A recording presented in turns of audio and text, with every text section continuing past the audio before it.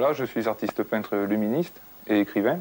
Je suis autodidacte, c'est-à-dire que j'ai travaillé de mon côté, tout seul, pour arriver à créer une nouvelle technique de passage des encres. Inventer, c'est réutiliser ce qui existe, mais le pousser dans des chemins qui n'ont jamais été pratiqués parce qu'il y a des espèces d'a priori ou d'états de fait qui obligent les gens à plus ou moins correspondre à certaines normes, disons, d'utilisation.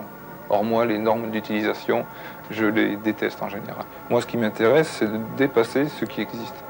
Et c'est parce que j'ai une démarche d'autodidacte, je pense que je suis peut-être plus apte que d'autres à justement innover, parce que je n'ai pas de préjugés et de scrupules, puisque je n'ai pas de maître qui me dit c'est interdit, c'est bon, c'est bien, c'est moi qui décide. Et ça se peut que je me trompe d'ailleurs. En tout cas, c'est moi qui poursuis dans un certain chemin et qui invente. Parce que j'aime bien inventer. Ça veut dire qu'on découvre un nouveau territoire. Ça veut dire qu'on donne de nouveaux noms. Le tableau variant, c'est un nom que j'ai trouvé. C'est comme si on découvrait un nouveau continent. Je suis une sorte de conquistador du XXe siècle, mais extrêmement statique, quoi, disons. Je travaillais surtout dans l'écriture, c'est-à-dire pendant environ 4-5 ans. J'ai travaillé dans ce domaine-là. Et je me suis orienté donc surtout vers un travail de création au niveau poétique, de façon à faire des poèmes qui accompagneraient les tableaux. Navire, navire. Triangle agencé, ému de couleurs tendres et fauves. Voile d'un navire, irréel reflet solaire d'un rêve de rive. Navire, navire à l'approche du désir, conquête d'une île où les passagers demeureraient regardant à l'horizon. Accostant enfin dans l'île rêvée, remplie d'êtres et de choses, fleurs calices, carnivores éphémères, rêve d'une rive où l'homme ravi se laisserait surprendre. Le naïf éléphant porte la mémoire du monde.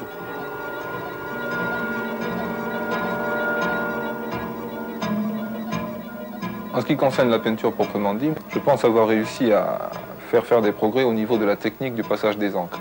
L'invention que j'ai mise au point, c'est le fait d'introduire la gomme de réserve qui me permet de protéger ce que je veux garder. Ça rejoint donc là un peu le système de l'ordinateur, où là aussi, lorsque l'on veut garder quelque chose qui nous intéresse, on le met en mémoire. Moi, je le mets en mémoire en protégeant ma couleur par la gomme de réserve. Ça me permet donc, une fois que j'ai mis en place ma structure du pochoir, d'avoir totale liberté de passage des couleurs, puisque je conserverai toujours ce que je veux protéger. Donc ça me permet un abandon au charme des couleurs et à leur passage beaucoup plus important que si je travaillais par exemple avec des peintures à l'huile ou des gouaches. Alors ce que je compte arriver à faire pour le bicentenaire de la Révolution, c'est donc une exposition qui va être faite à l'espace Saint-Cyprien en juillet de cette année. La première définition de la Révolution, c'est un bouleversement total dans l'ordre des choses établi aussi bien au niveau social que politique. Bon, c'est un peu le principe que j'utilise dans le tableau variant, puisqu'il y a un bouleversement entre la version éteinte et la version lumineuse.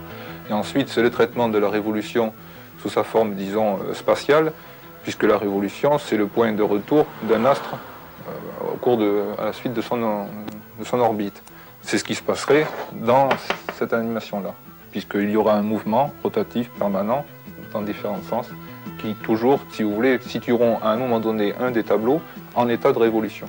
Une des autres choses que je voudrais arriver à faire, c'est par exemple situer des tableaux à certains endroits au centre de l'exposition, de façon à ce qu'il y ait par des cellules photoélectriques une forme d'interactivité, c'est-à-dire bon, les gens se déplaceraient. En se déplaçant, ils mettraient en marche la version éteinte ou la version lumineuse, les voix, les sons, les applaudissements s'il y en a. On pourrait créer là aussi des effets lumineux, faire en sorte que le bruit et la présence des individus dans l'exposition créent des moments, comment dire, picturaux. L'inventeur que je préfère, c'est certainement celui qui a découvert le feu. Parce que, bon, d'abord, ça a un rapport avec moi, puisque c'est la lumière. Puis ensuite, je pense qu'il y a de toute façon une interdépendance obligée entre l'existence du feu et l'existence de l'homme jusqu'à nos jours. C'est très beau, une très belle idée. Nous allons maintenant...